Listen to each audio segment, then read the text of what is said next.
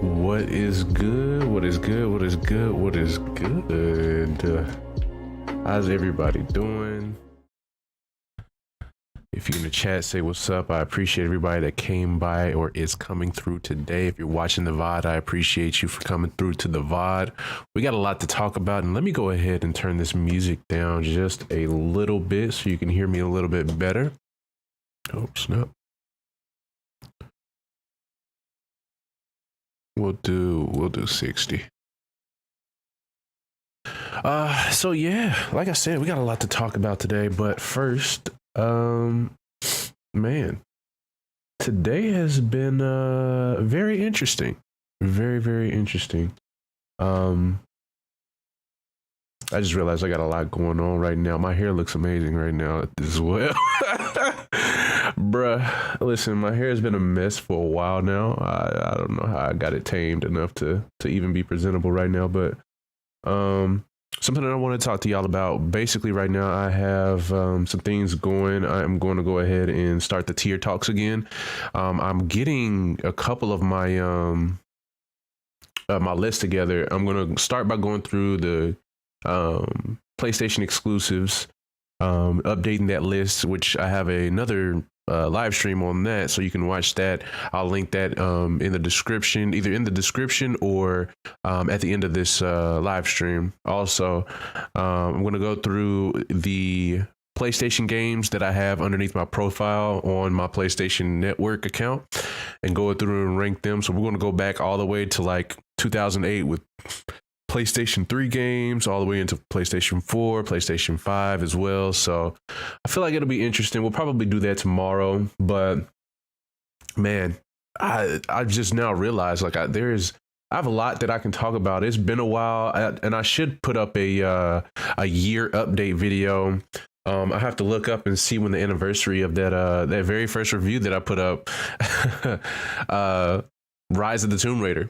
You know, I have not been, I haven't been able to, you know, kind of get a grip on exactly what the people want. Cause I mean, I've definitely talked around, spoken to people and said, hey, you know,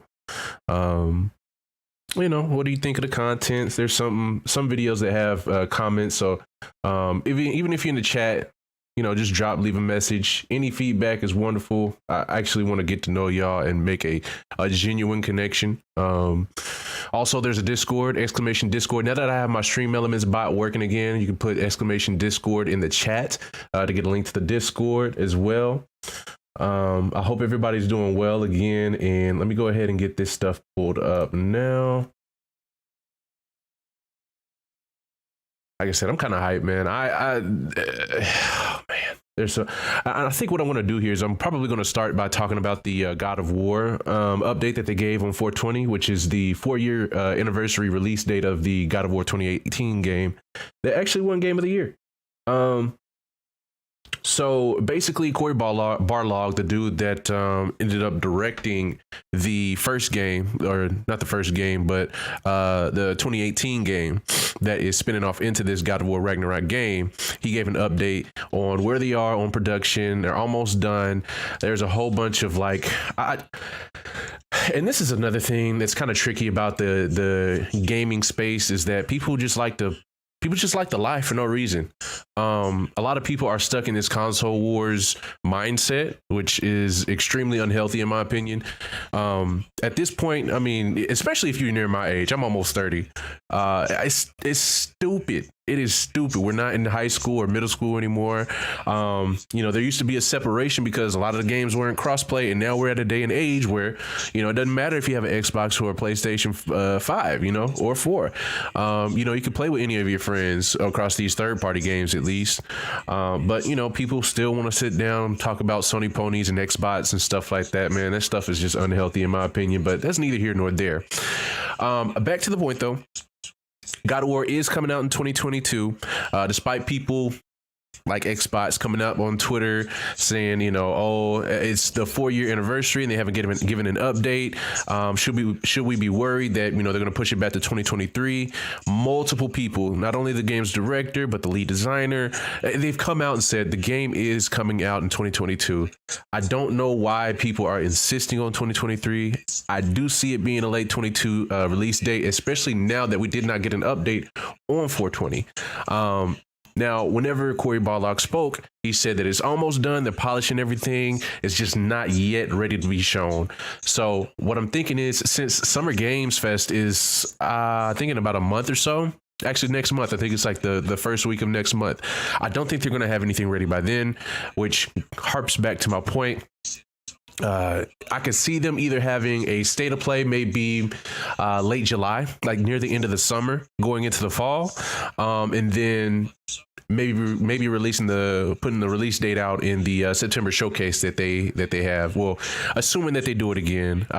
Last year wasn't the first year, but it was so spotty that it wasn't consistent enough to be set in stone as something to look forward to, kind of like E3 was up to a certain point before the pandemic happened. So but I'm thinking that they're either going to have a state of play, which is just going to be mainly focused on first party games. Of course, you don't want to put God of War up with, Activision and just basically companies, independent games that are not a part of, oh Lord, this thing is kind of loud.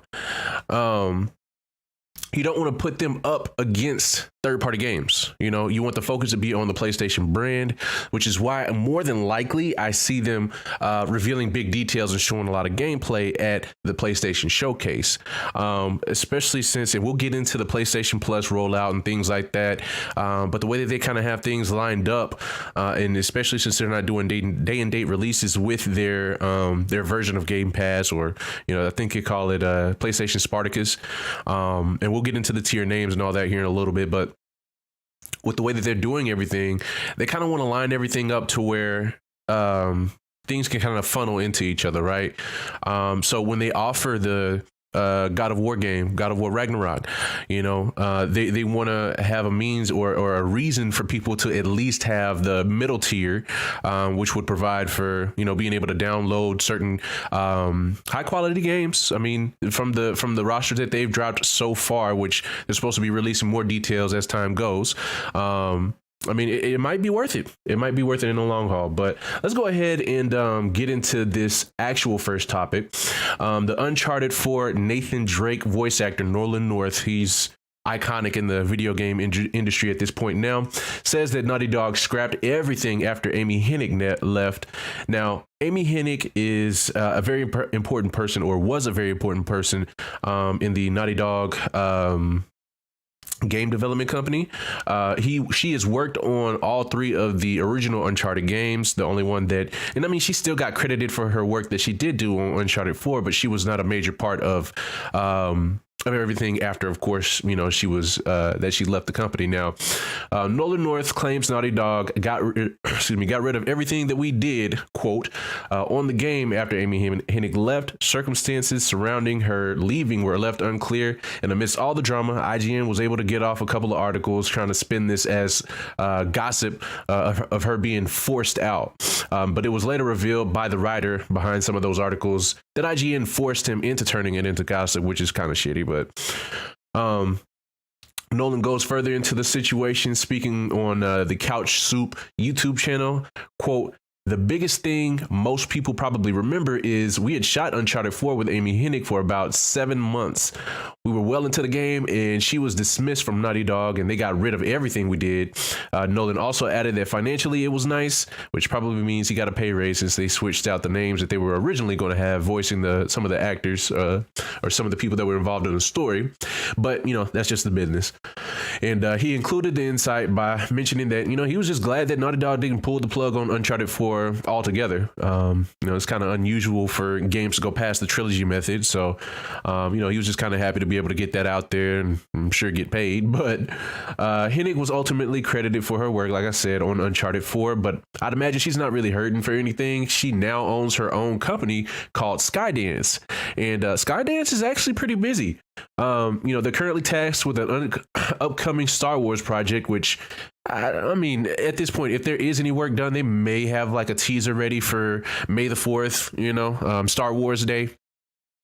But I really doubt that. But they're in charge of a Star Wars project that's going to have elements of a previously canceled Star Wars project. And then also they're doing a Marvel action adventure game that's set to include Battlefront 2's main protagonist, the voice actress and model behind the main protagonist, Iden Versio. Now, her name is Janine Gavankar. Honestly, she's kind of fine. I'm not going to lie to you. But she's also working on the PS5, the upcoming PS5 exclusive for Spoken, which me personally, I'm kind of hype about. I mean, the game's been a little bit up and down. I've seen some gameplay, and they've been making some tweaks, which is why they pushed it back from May all the way till I think like October 11th. So, I'm all for these companies taking time, but honestly, I think it's kind of interesting that the rumors surrounding Hennig's departure are still like making its rounds. But it just goes to show that, I mean, video game history can be rewritten at a moment's notice. I mean, it's kind of reminds me about Will Smith's story about how he was almost Neo. He was almost Neo, man. And I just, for the life of me, I just could not picture that. But if you don't know what I mean by Neo being the main protagonist in the Matrix movies. So we almost didn't get Keanu Reeves Neo, man. Very wild. I don't even know how that would have turned out if Will actually had played the role of Neo. But Uncharted 4, though, it's among PlayStation's best exclusives and definitely the best interest. I can't speak.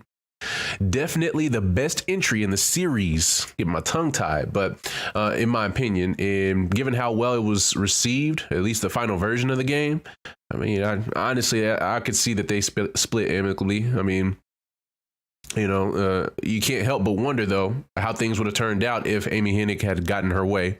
Apparently, Troy Baker as Sam and Laura Bailey as Nadine would not have been in the game.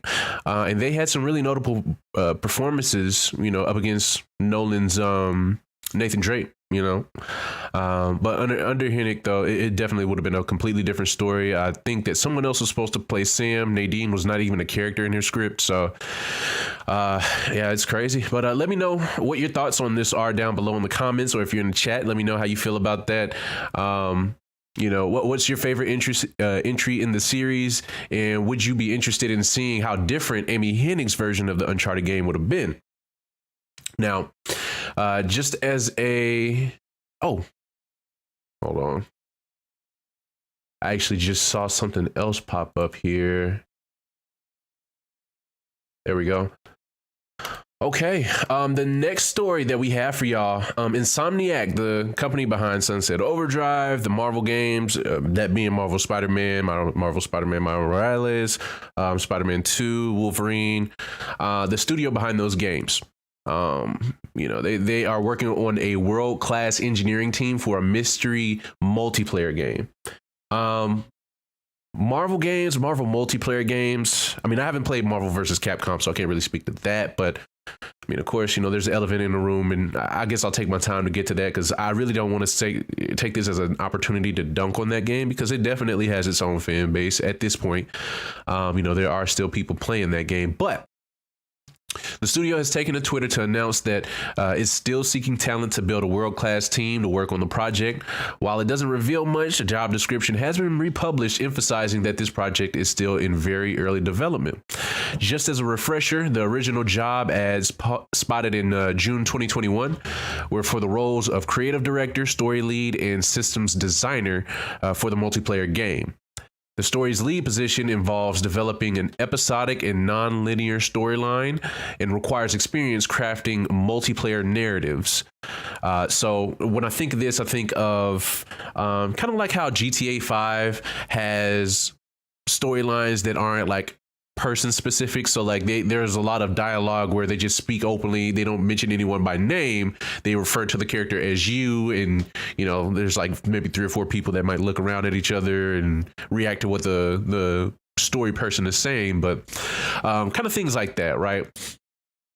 The next position, the creative director role involves brand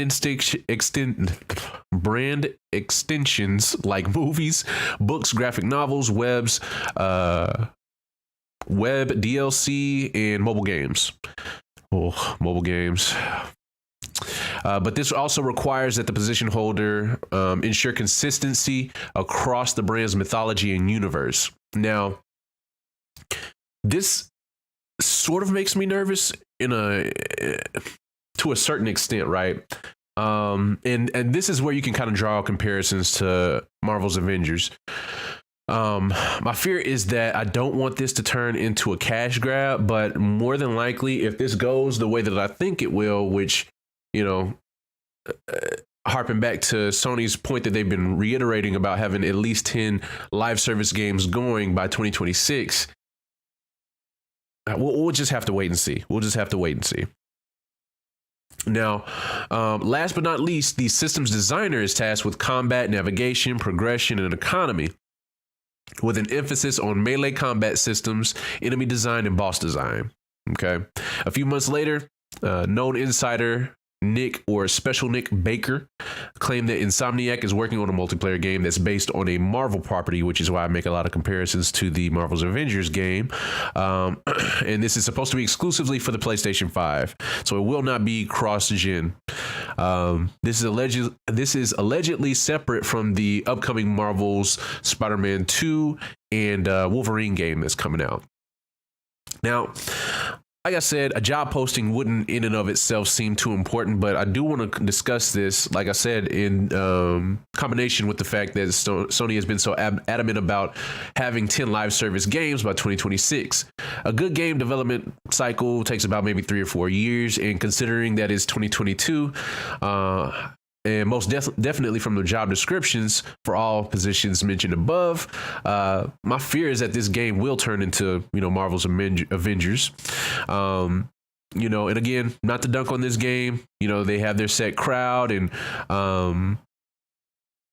everybody's still kind of feeling adamant about that game as well. But what made Marvel's Avengers uninteresting to me, though, was that there was a content timeline that wasn't met. The game dropped, it was super buggy, and from what I know, for the most part, it was mostly fixed. But it just wasn't enough content to keep me interested in the gameplay loop. It didn't justify the gameplay loop. And we had to wait forever for the Hawkeye DLC. Now, like I said, they fixed most of the bugs, but I mean, the last time I played online, at least, people were still T-posing after you take them down. Still had a couple of frame rate drops, things like that. So things like that would take me out of the game, which is why I never really went back to that game. But yeah, we were waiting for too long for, each piece of content to update. They were talking about Spider-Man coming. They were talking about Black Panther. Well, they didn't really talk about Black Panther, but Black Panther eventually came. It ended up being leaked before it came, but even then, that got pushed back, which also pushed back Spider-Man being released. So they just couldn't keep up with the promises that they made. But they had hella like ads going, and like the ad with 5 gum. Honestly, I could go on, but like I said, this is not about dunking on Marvel's Avengers. Now, what I'm hoping they can do, what I'm hoping that Insomniac can do, is that they take their time with this game and really put themselves in a position to make the most of the PS5's capabilities, especially if this is going to be a PS5 exclusive. We don't need any bugs or game-breaking bugs at launch, so that they can focus more on creating consistent content to keep players interested and to make players want to keep doing the same missions over and over again, because every game has a gameplay loop, right? But where it kind of gets challenging is, do people want to grind? Do you want to sit there and grind those same missions? Are you interested? Is there enough variation in these missions to make each playthrough feel unique? Or are you just mindlessly doing the same thing over and over and over again, right? So, but yeah, like I said, I just want them to take their time. I don't want bugs to be an issue, and I want them to focus on quality content. But to my knowledge, I don't think that. And actually, let me look this up. Hold on. Because I don't think that Insomniac is known for any like specific multiplayer game. I'm not go to YouTube. Go on to Google.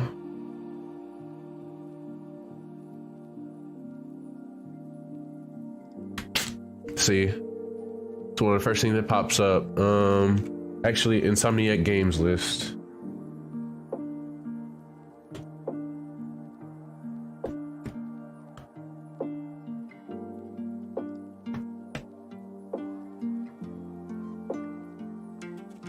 Wolverine, Unspoken, Spider-Man.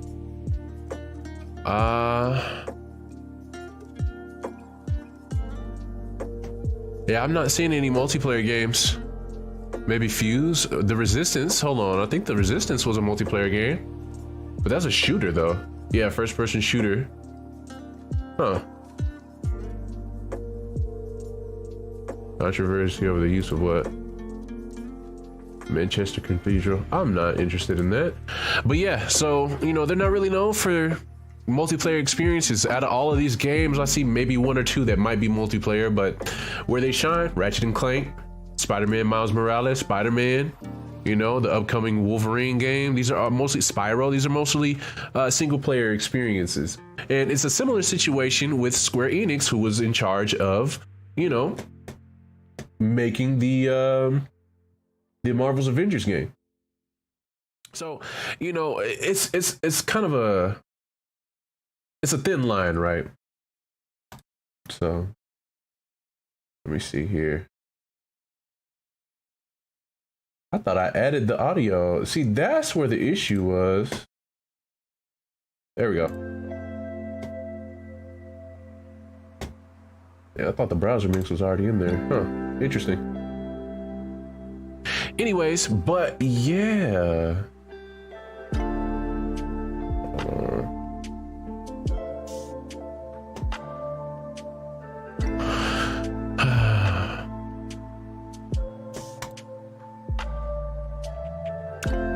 Let me make sure everything is still stable real quick.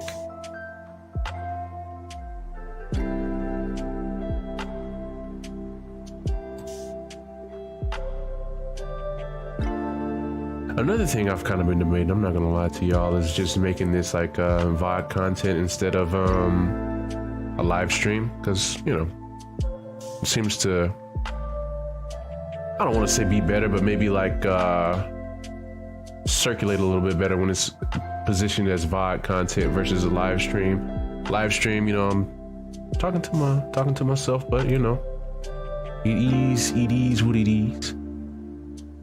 Let me see here. But yeah, back on topic though.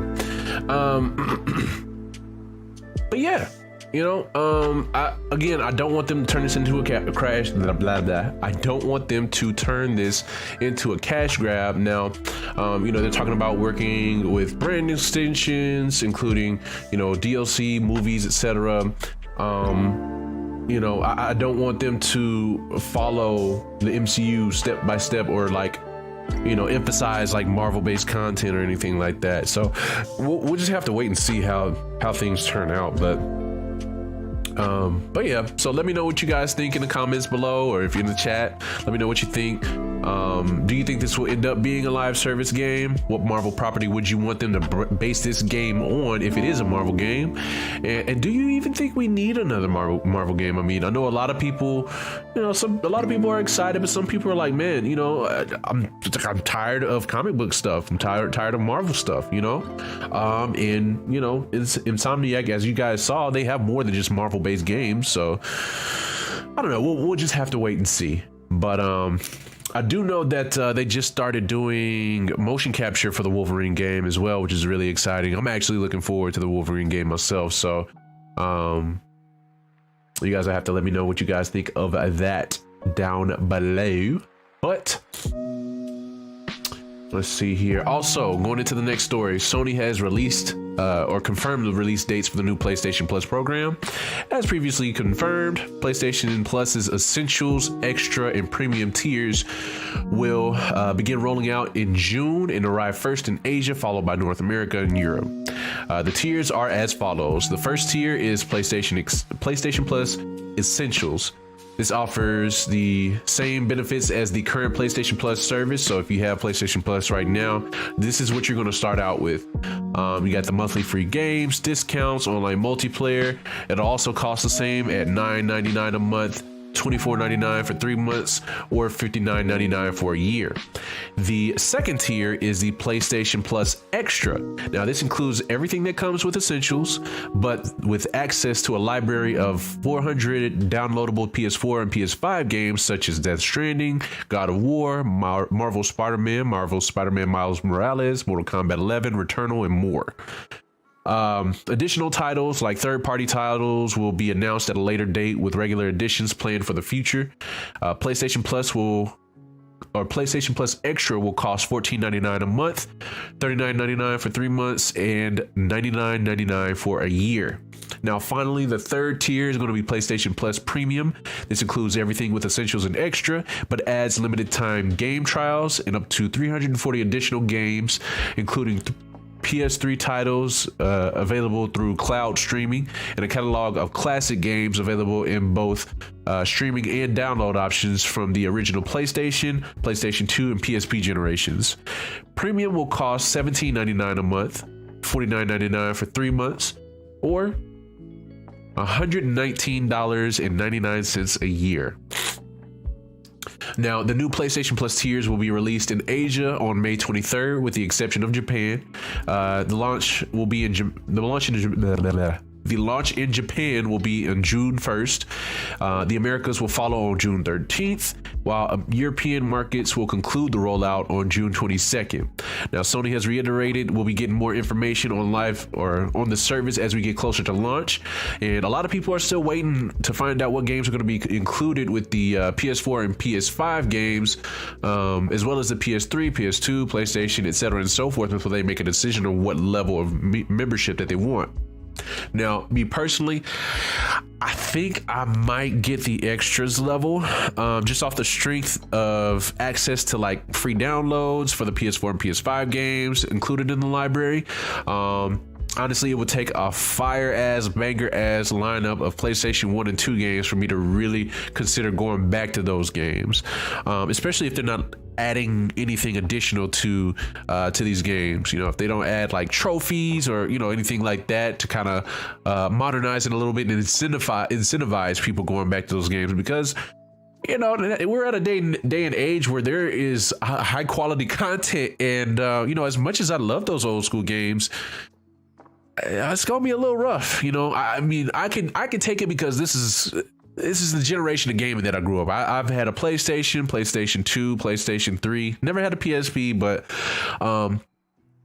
you know, this is I've kind of grown up with gaming and saw the differences over the different generations. So, you know, I don't mind going back. I've played other games other than shooters, and you know, everybody started out, it depended on, I guess, when you started gaming, everybody started out, you know, playing single player experiences, and developing a love for that. And, you know, any multiplayer was really, you know, bringing your controller, going over the homie house, man.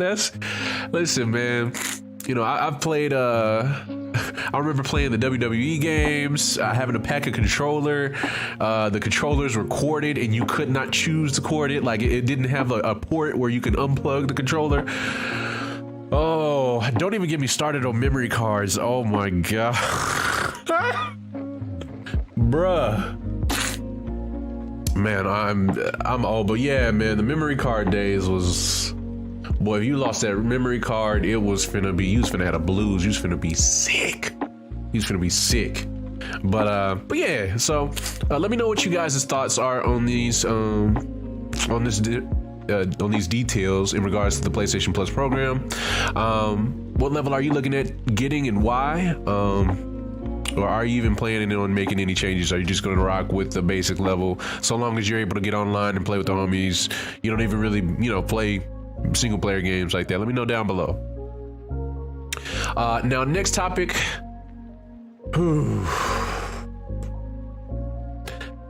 Honestly, it makes me sick. I'm not even gonna lie to you, but Sony plans to follow Microsoft's controversial move by adding ads to certain games. A few days ago, rumors started appearing that Microsoft was planning to add adverts to some of their upcoming games. Well, it seems like they're not gonna be the only ones. Reports have been emerging that Sony plans to add advertisements in some of their upcoming PlayStation 4 and PlayStation 5. I cannot speak. PlayStation 4 and PlayStation 5 free-to-play games. Sony is said to currently be testing a software program that would allow developers to create in-game ads, which was first discussed by Sony shortly after they launched the PlayStation 5 back in November 2020. These ads are expected to launch by the end of 2022, and anybody wanting to advertise their product in-game can buy the ad space through a private marketplace. However, ads will likely be restricted, and Sony is expected to vet the ad tech companies to prevent the collection of personal data like emails. Sony is yet to decide on whether they're going to take a cut of the revenue, but according to Business Insider sources, the reason for this is to encourage developers to create more free-to-play games, seeing that as the popularity of the category has dramatically increased among gamers over the past couple of years. The plans are unlikely to affect Sony's upcoming premium titles like God of War Ragnarok, it sounds good so far, but quote, this is a quote from the same report, says the goal is for the ads to appear like they're a part of the game, like digital billboards in sports stadiums. Formats could include ads that give viewers rewards for watching the ads. That sounds disgusting. And promotions for in-game items like avatar skins. So, me personally, I am very, very against this. I don't even want to get started about how capitalism is just sinking its teeth further and further into gaming, but I don't like it. And the reason why I don't like it is because, it always starts out as something small and few and far between. But, the longer that this is allowed, the more these companies will try to see what they can get away with. You give them an inch, they will fly across the country. And we've seen this before. Now product placement is one thing. The whole stadium billboards thing is like, whatever. You see that all the time in sports games like 2K, Madden, even UFC and whatnot. I think UFC even EA got in trouble because they were trying to insert whole commercials in between rounds of UFC. So they got dealt with real quick. Now, I think that my fear is that it'll eventually start to mess with the experience, turning console games into a version of mobile games, basically where you can watch in-game ads for in-game currency, or maybe the commercial will just break the immersion. And like I said, sports games, it's not really that much of a big deal because you already have ads everywhere. State Farm, the ads are everywhere. Clothing ads, everything is just everywhere. So to a certain extent, for some games, it really wouldn't make a difference unless they start to add things like, let's say you're playing 2K and now it's halftime and they forcing y'all to watch a minute long like paper towel commercial or something like that. That like nobody wants to sit through that. Nobody wants to watch that. Even if they were to add the ads and then like kind of do how YouTube does, where after 5 seconds you can skip the ad, it breaks the immersion, and I don't want to see that in any other games. Now, while I am happy it seems that this will be exclusive to the free-to-play games, I'm still nervous to see how far this gets taken, though. And even at that, this is all alleged, so you can take it with a grain of salt. We still have to be vigilant, though, because if this is a thing going forward, like I said, this can go in any direction and they can go back on their word at any given point in time. And the fact that they haven't said anything means that they want to navigate this thing to where what they say can't be used against them. So it does look like this is going to happen, as much as I hate it, but it is what it is, honestly. It honestly is what it is. But what are you guys' thoughts on this topic, though? Do you agree with this move forward with ads in video games? Do you not care? Do you agree with my sentiments about capitalism slowly seeping its teeth into the video game industry? Just leave your thoughts in the comments down below if you're watching the VOD, or if you're live, let me know in the chat. Now, my last topic and what I am most excited about is that Skate 4 pre-alpha footage and details have leaked and will reportedly let users even create skate parks together in the free skate mode. Now, in regards to the pre-alpha footage, the footage which was posted on, I think it's called Odyssey, by a guy named Rad Dad, has since been taken down by EA, which is a telltale sign that this was something that is involved with skate. And I've watched the video myself. It does look like this is the early beginnings of a skate game, but it shows a skater making his way through a basic city that they called Fun City. That's not the actual name of the city, I'm sure, but according to reliable insider Tom Henderson, the camera angle is extremely similar to that used in Skate 3. The skater is performing flips, grinds, and spins as he makes his way down the road in a brief showcase of onboard movement. Later on, the skater is found in the skate park area where the footage concentrates on the moveset while on foot. This includes climbing, emotes, and a variety of body flips. So throughout the brief video, the control scheme can be seen in the bottom corner, confirming that the stick system, the trick system that they used for the previous games and controlling tricks, is going to make its return. They're trying to get the feel of the game right, which is probably the most important aspect of the skate game. I think it's what kind of made it stand out, especially up against a game like Tony Hawk. I mean, Tony Hawk's legacy is forever cemented in gaming. I grew up on all of the Tony Hawk Pro Skater games. I had Pro Skater 1, 2. I think I may have had every single one except for the very last one that came out, just because at that point, I had kind of switched in the types of games that I played, and then also it didn't seem like the same type of Tony Hawk game that I was used to. So that's neither here nor there, though. Let's see here. Now, VentureBeat reporter Jeff Grubb also spoke about a free skate mode where players can create trick spots as they go. His quote read, "This is a mode where you are hanging out with your friends or anyone else who's going to hop into the server, and then anyone on the server can say, 'Hey, do you want to lay down some tricks with me over this thing?' Then someone can lay down the skate park stuff required to do that in real time with everyone else right there and just say, 'Here's a ramp,' or 'Here's the ramp that we need to make this happen.' Boom. Now everybody starts doing whatever, right?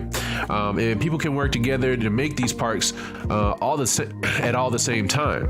You can add stuff, delete stuff on the fly. And the people that played this mode said that this was a standout mode for them. It was just really fun where you can play this type of deal with other people. So now it's very, very important to take everything said with a grain of salt, because it is literally so early. But the fact that EA again had the video taken down is very telling. It is very telling. I kind of want to manage my expectations when it comes to this game, because I don't want to overhype it. But I mean, how can I manage my expectations? We waited 10 years. This game was announced in 2020. We waited 10 years. Skate 3 came out in 2010, man. It's been a long time coming, man. And I'm so happy. I'm so happy. And I actually saw the gameplay. Again, it's pre-alpha gameplay, so it can still go any direction, right? But from what I saw, it was very reminiscent of Skate 3. And Skate 3 is one of my favorite games. Honestly, it's probably my favorite skating game of all time. Even over a lot of the the Tony Hawk Pro Skater games. But, like I said, that's part of the reason why Skate gets its respect for me. I mean, they kind of did things different. If I could compare it to anything, it's like the point in time where, you would see different types of the same genre before these companies started selling rights to specific companies to get exclusivity. You would see EA NBA Live game, and you would also see a 2K game. You would also see NFL 2K and Madden, or you would see Madden and NFL Blitz, or you know what I mean? Like there would be a simulation type game available, and then there would also be an arcade type of game available. After Skate came out, it was obvious that Tony Hawk was more of the arcade, more of the arcade type of skating game, which is fine. Like I said, it worked for that game and it was fun as hell to play. But the realism and the way that you execute tricks in the Skate series, it just made it more satisfying. It was very fluid. The graphics were great at the time, and they also offered the Hall of Meat mode, which is first off, pause. But they offered the Hall of Meat mode where, you know, it wasn't really about like hitting certain tricks. You could just launch off the edge of a cliff and see how many bones you could break, you know. Stuff like that made the game fun, you know, and it really made it different from games that came before. Give me just a second.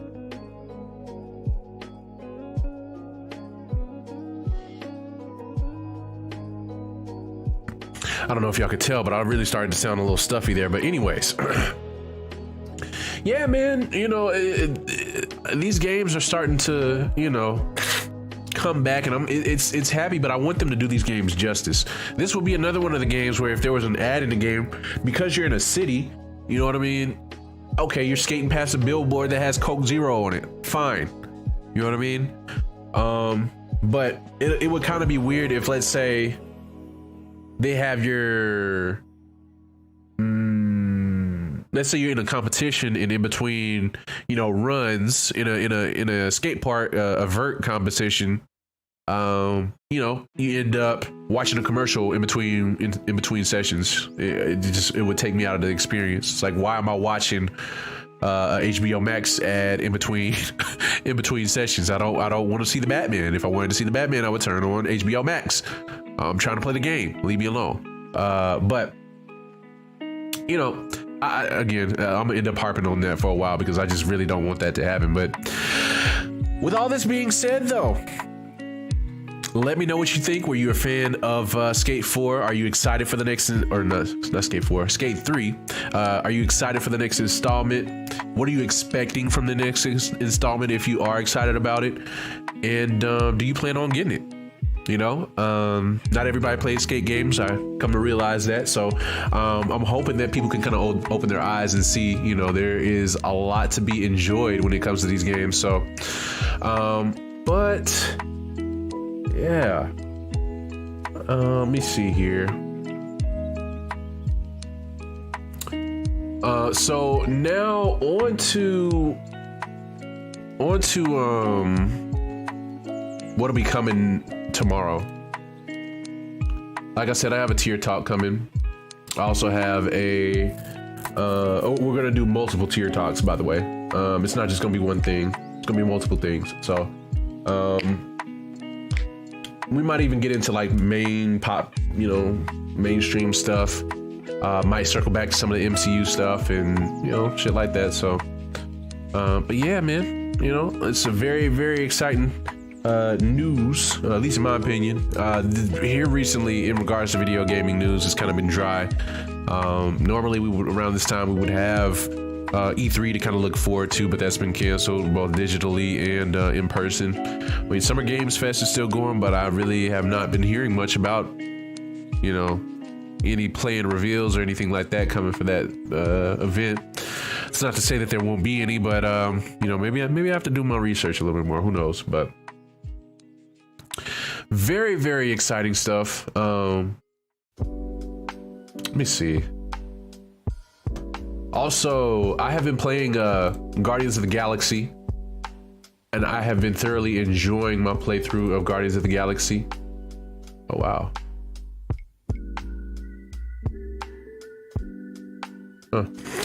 Yeah, but I've been enjoying my playthrough of the Guardians of the Galaxy game. You know, there's a lot of different aspects that they're mixing and matching. You know, they spoke about Fing Fang Foom, which that just caught me off guard.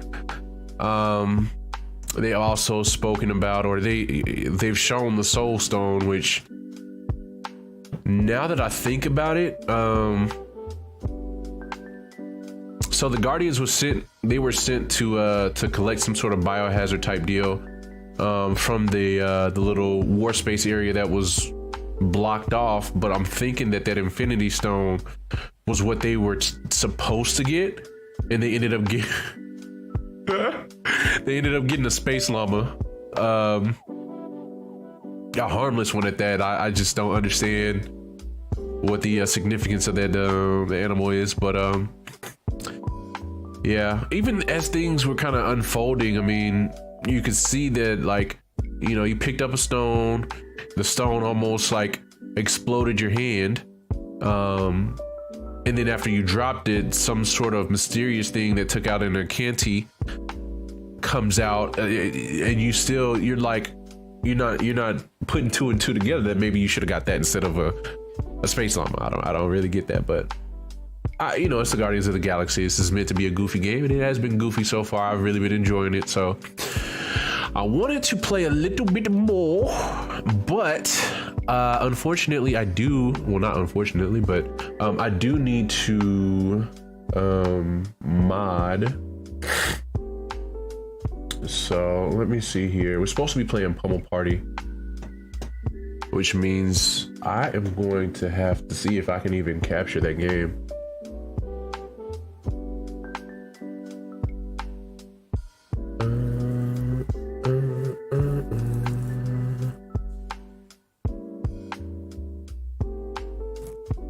Yeah.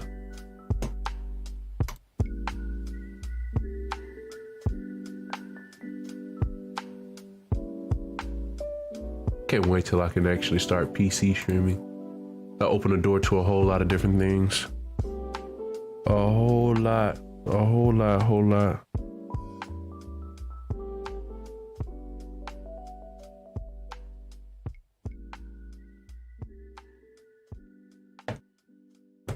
Let's see here.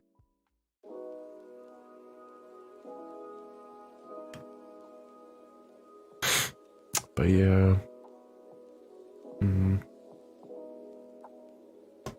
Okay.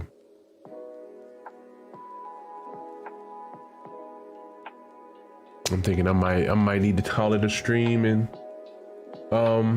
if you are watching the VOD, make sure that you pull up to Black Streamer Community on Twitch. If this is a VOD, it might be a VOD on their end as well, depending on what time you watch this. So yeah, definitely pull up and come by with us, you know. Outside of that, I hope everybody that is watching this has a wonderful day, and stay blessed. I'll catch y'all on the next one.